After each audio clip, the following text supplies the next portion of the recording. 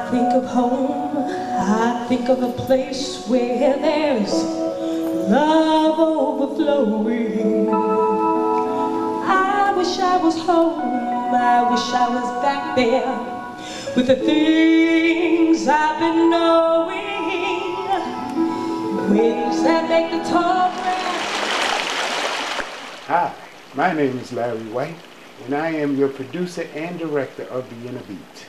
The Inner Beat is a socially conscious program that sometimes showcases cultural events as well as community events. And occasionally, we'll even bring you a little song and dance. So sit back and enjoy The Inner Beat.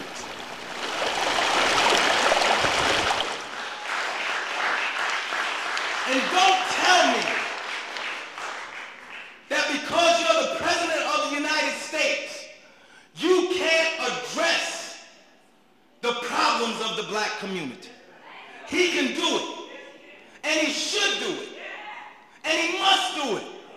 Look at what's happening. Our children are dying. Our young people are killing themselves, shooting each other, dying in greater numbers on the streets of our cities than U.S. soldiers being killed in Iraq right now. That is a national emergency.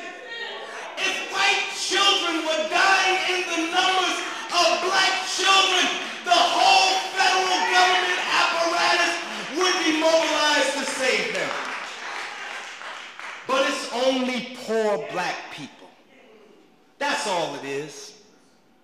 We're faced with both the dynamics of class and race. It's only poor black people. And in the eyes of those who are in power, we really don't count except on one day, Election Day. Then they're in our church. They're in our mosques. They're in our holy places, begging for our votes. And we give them to them.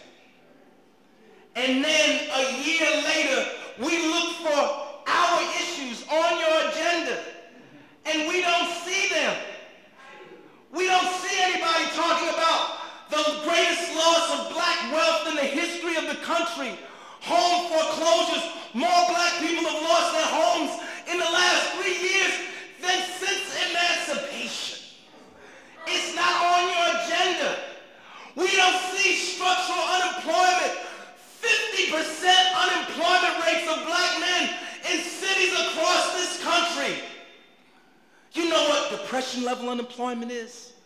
10%. But we have 50%. We have higher unemployment rates in Harlem and in the Central Ward of North than they do in parts of the Third World. But we don't see that on the agenda. We don't see the health crisis of our community on the agenda. We spend billions, trillions. I don't even know, what does $1 trillion look like? Can somebody tell me? Help me to understand. You mathematicians, if there were $1 trillion bills, would it be more than this building could hold? $1 trillion on wars. And not just the money, the lives of our poor black children. To go and do what? To die for us? To die to protect this country? No, to die in wars for oil and for gas, for Exxon and for Mobil and for the corporations. That's whose interests these wars are being prosecuted in. I believe that if Dr. Clarke were alive today, he would be talking about some of these things. I don't know if he would be saying the exact things, but I know he would be talking about it. We're facing a tremendous crime. I just think, you know, I don't know what y'all are dealing with over here in Brooklyn, but I know in New Jersey, they have closed more hospitals in the last 5 years than in the previous 50 years combined. In Plainfield, New Jersey, they closed Muhlenberg Hospital. Plainfield is a black city. Muhlenberg, the hospital, was not only the only hospital in Plainfield, it was the largest employer in the city. And now what do you have? A black healthcare hole in Plainfield. If we got trillions of dollars for war, we got money to keep our hospitals open. We got money to set up a national system of health care in this country. That's what we need, not just a public option. We need a national system of Medicare for all in the United States of America. That's what we need, brothers and sisters. How could Obama, who I voted for, argued in the POP meetings? We had terrible, Sister Viola, we had terrible struggles in POP, in the People's Organization for Progress, about whether or not to support Obama. Terrible struggles. Friends of 40 years falling out with each other. One said he's gonna be the new face of imperialism. The other one said this is a great chance for black people. I went with the great chance for black people.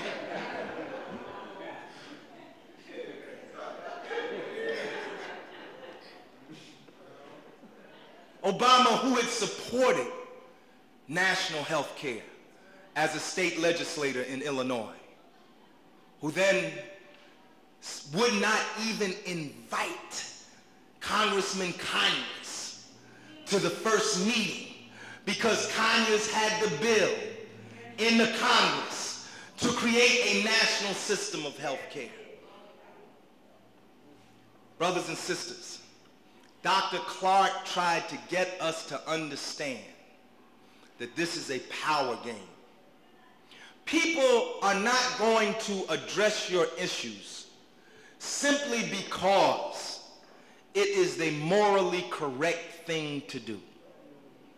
Everyone knew from the time that the first slaves were taken, they were debating, the first slaves, the indigenous, not the African, the first slaves. They were having debates in Europe.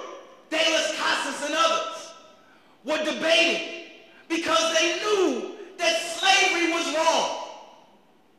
And even though De las Casas championed the cause of not enslaving the indigenous, he said because the indigenous peoples had souls, initially he supported the enslavement of the African because he said the African had no soul.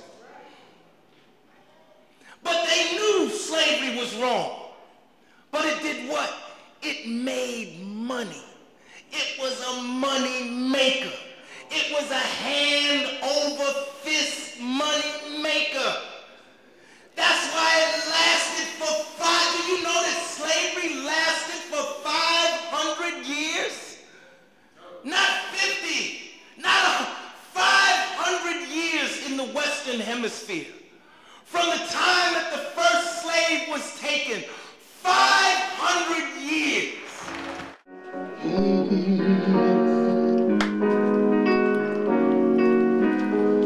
Wake up everybody, no more sleeping in bed. No more backward thinking, time for thinking ahead. The world has changed so very much from what it used to be.